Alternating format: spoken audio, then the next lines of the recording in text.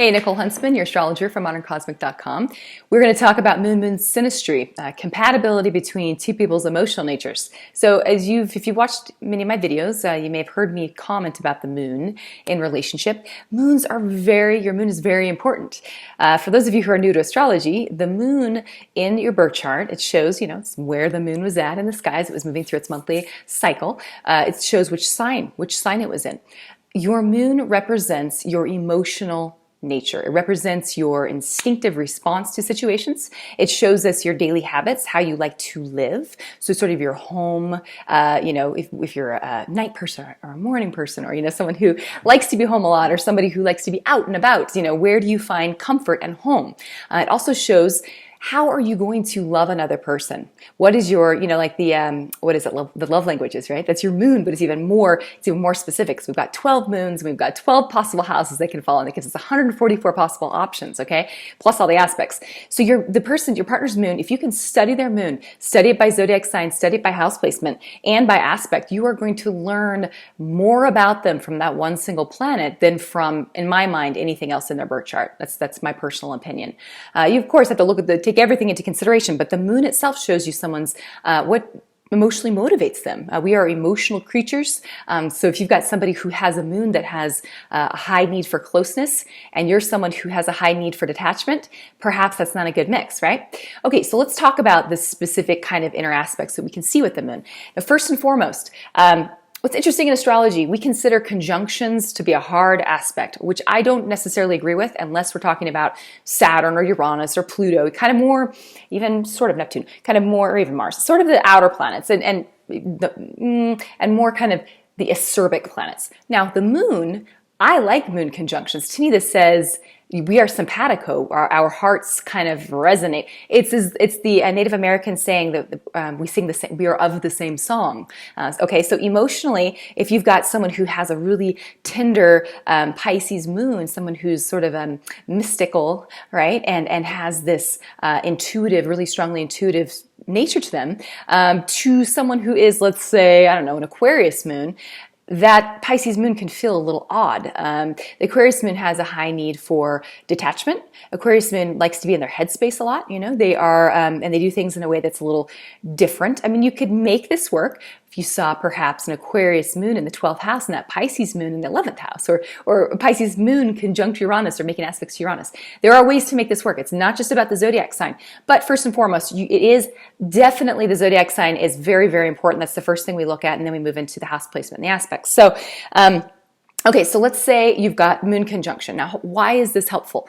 Okay, if you think about the fact that your moon shows in your daily life, it's like your habits, how you're going to live. If you like a busy home, if you don't like pop-ins at your house, it's your style of habitually sort of feeling comfortable. At the end of the day, what are you going to do? You're going to go to your moon. What's really interesting, look at someone's 4th house and look at where their moon falls. Those two things will show you what someone likes to do at the end of the day. I have Scorpio on my 4th house and I have Neptune in my 4th house. What do I do every day? I go into my bathroom, I turn on this very dim light, and I sit in the bathtub.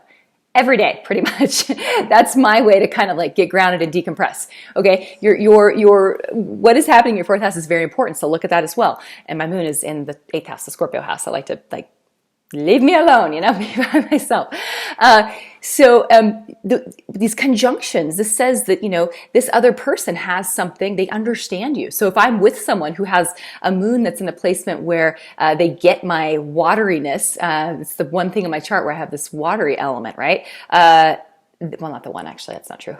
But anyway, if they get that you need to take a bath every night like a weirdo and go read books and whatever it is, get lost on the internet and your weird rabbit hole travels, and they don't bother you about it, then you don't feel guilty. If I'm with a partner who is bothered by that, then I feel as though part of me, I have to change that thing about myself. And if it's something that's really important to me, it helps me feel sane and grounded and it helps me relax, then that's not healthy, okay? So it's not like you can't make moons that aren't compatible work. It's just it takes effort. It takes work. You guys are not the same. It's not natural. So I do compare this to the love languages. You know, it's kind of like having one person who's the gift-giving love language and one person who is affection and sex. You know, it's going to be a little tough when I'm like over here giving you gifts and you're over here giving me sex and you're missing each other. Okay. But if you understand that about each other, then perhaps you can bring a gift to your lady and your lady can like give you the gift of like rubbing your back, or you know what I mean? Like, I don't know,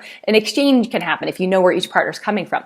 But ideally, if you could choose, have those moons be compatible. So if they're conjunct one another, obviously they're in the same zodiac sign, they operate in the same way. If they trine one another, that means that they are of the same element, you know. So also there's this harmony there, and there's this added element of, with the same element, you have this added element, kind of, they bring something slightly different. So, you know, I'm an Aries moon. If I was with someone who had a Sagittarius moon, if I'm with an Aries moon, sometimes we can kind of butt heads or be a little stubborn about who's right or who, like, there could be stalemate, okay? Let's say it's with the Sagittarius moon is mutable. And so they'll kind of probably just make me laugh. Sagittarius moons have a habit of being able to do that. They'll like work around my stubbornness and then bring me out, and it's not this. So you see, you can have issues with conjunctions where your strength is your weakness as a couple. So you gotta watch out for that. So the trines are lovely, same element. Also, sextiles are great. Sextiles add another sort of element of interest and dynamism. You do start moving into the territory of, we are